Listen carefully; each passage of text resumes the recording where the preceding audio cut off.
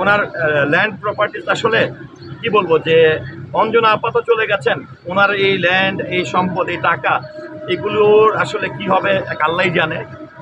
যে আমরা এখন যেহেতু পরবর্তীতে আমাদের যদিও পরবর্তীতে ইনভলভ করা হয়েছে, কিন্তু আমরা অবশ্যই দৃষ্টি রাখবো ওনার সম্পদ বলি, ওনার সম্মান বলি, কোনোটাই যেন মানে বিফলে না যায় এবং তার কোনো কিছু যেন মানে বিনষ্ট করতে না পারে। এটার জন্য আমরা সবসময় শিল্পী সমিতি সজাগ থাকি।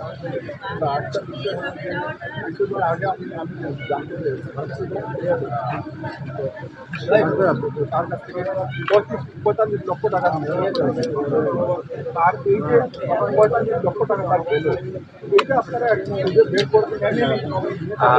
যেহেতু আপনি আপনারা শিল্পী সমিতি আপনার অর্থটা নিয়ে আসবেন। আচ্ছা, এখানে যে বিষয়টি আপনি বলেছেন যে উনি সিনেমা বানানোর জন্য 45 লক্ষ টাকা কে বা কাকে দিয়েছে, যেহেতু আসলে উনি জীবিত ছিলেন সে অবস্থা আমাদেরকে আসলে তিনি অবগত করেননি। তো আপনি যেহেতু আমাদের একজন গণমাধ্যম কর্মী, সারা থেকে আমাদের সঙ্গে আছেন, কাজ করছেন, আপনার থ্রু ধরে যদি আমরা সেরকম কোনো প্রমাণ পাই, আজকে অঞ্জনা আপা না থাকুক, আমি শুরু থেকে বলেছি আমরা সবাই আসলে একজন চিত্রনায়িকা অঞ্জনার সন্তান কেউ।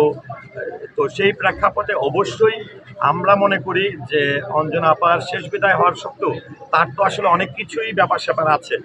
আমি আমি আমার যদি এরকম কিছু পাই, এবং আরেকটি বিষয় আমি একটু বলতে চাই যে আসলে এই প্রসঙ্গ টেনে আনলে কিন্তু আসলে আমার কবরী আপার শব্দটা টেনে নিয়ে আসে আমাদের, হ্যাঁ, আমাদের কবরী আপার কথাটি টেনে নিয়ে আসতে হয়।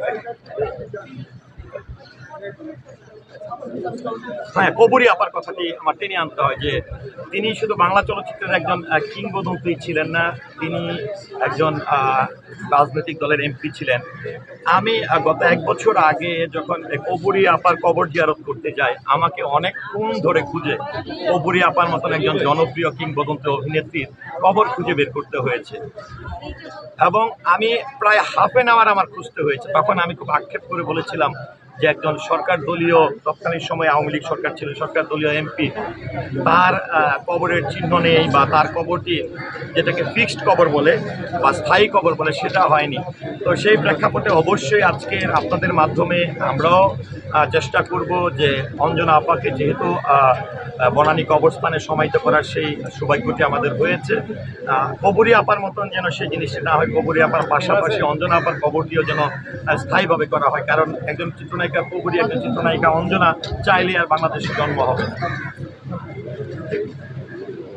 ভাই একটু জানতে চাই, যেহেতু আপনি কালকে রাস্তায়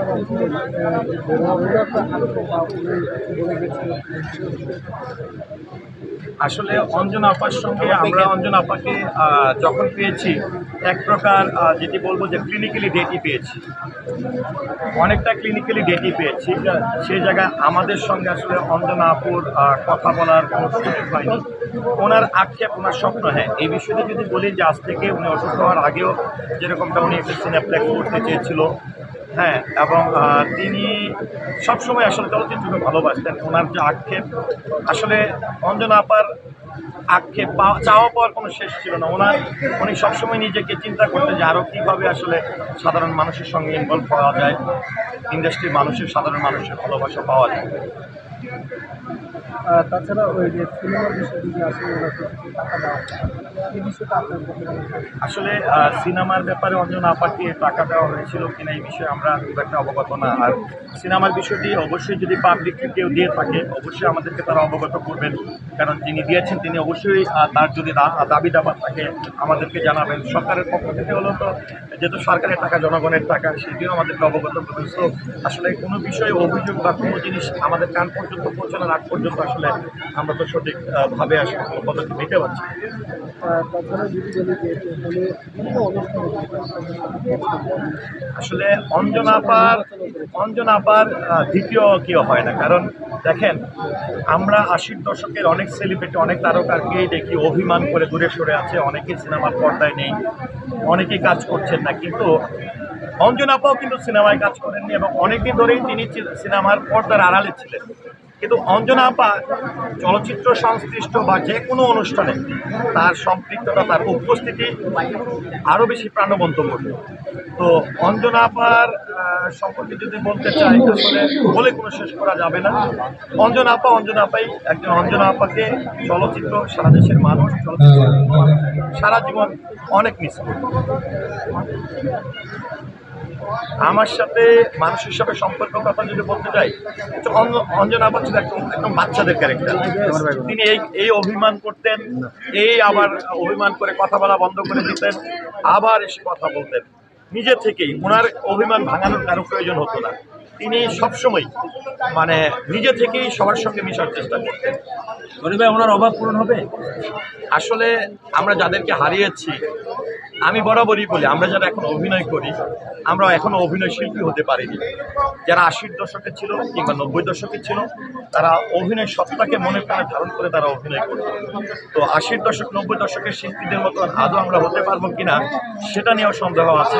আর সেই প্রেক্ষাপটে যারা 80-র দশকের এই অঞ্জনা আপার মতো শিল্পী আছেন, তাদের শূন্যতা কখনোই পূরণ হবে না। এবং আজকে আর কি বিষয় একটু বলি যে এই দিনে, আজকে জানুয়ারি মাসে আপনারা জানেন যে প্রতি বছরের প্রতি মাসকে আসলে যারা পরলোক গমন করেছে তাদেরকে স্মৃতিচারণ করে আমরা চলচ্চিত্র শিল্পী সমিতির পক্ষ থেকে কিন্তু একটা ব্যানার আমরা টানিয়ে থাকি এবং প্রতি মাসে একটি মিলাদের আয়োজন করি। এবং এই মাসে দেখেন বাংলা চলচ্চিত্রের আরেকজন জনপ্রিয় চিত্রনায়ক এবং যেটাকে বলে ফ্যাশনেবল হিরো জাফর ইকবাল ভাই, তিনিও কিন্তু এই মাসে মারা গেছেন। এবং ঠিক এই মাসেই এই জাফর ইকবাল ভাইয়ের সঙ্গে সহ আরও 20 জন মারা গেছেন এই মাসে।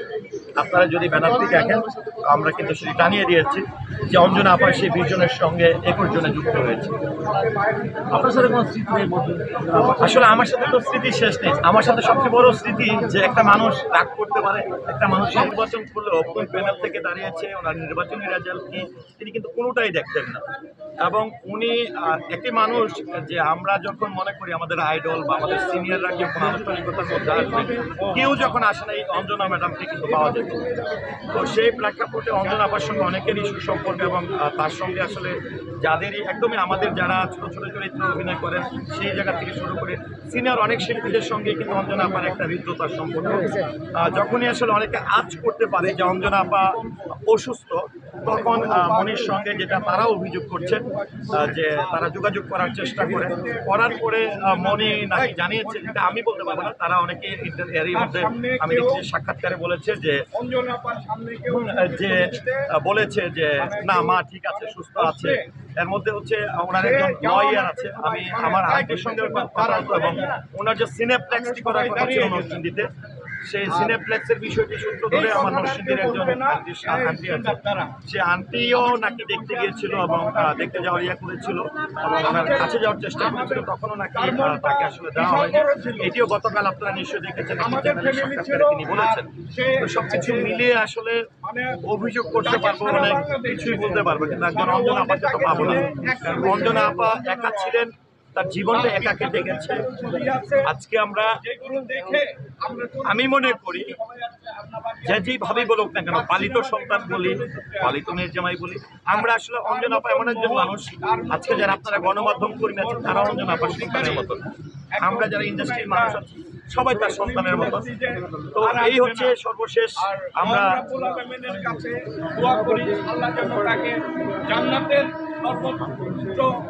আসলে এখন যে বিষয়টি রয়েছে, আমরা যখন পরিপূর্ণভাবে জানতে পারলাম বা ওনাকে আমরা কমিউনিকেট করতে পারলাম হসপিটালে, তখন থেকে কিন্তু আমরা সার্বক্ষণিক আমাদের যিনি চলচ্চিত্র শিল্পী সমিতির সভাপতি জনাব মিশা সদাগর ভাই, তিনি কিন্তু নিজে আমাদের সঙ্গে কথা বলে প্রতিনিধিত্ব করে, যেহেতু আইসিইউতে ছিলেন, তখন কিন্তু উনি প্রথমে বললেন যে আমি একটু দেখে আসি কী অবস্থা।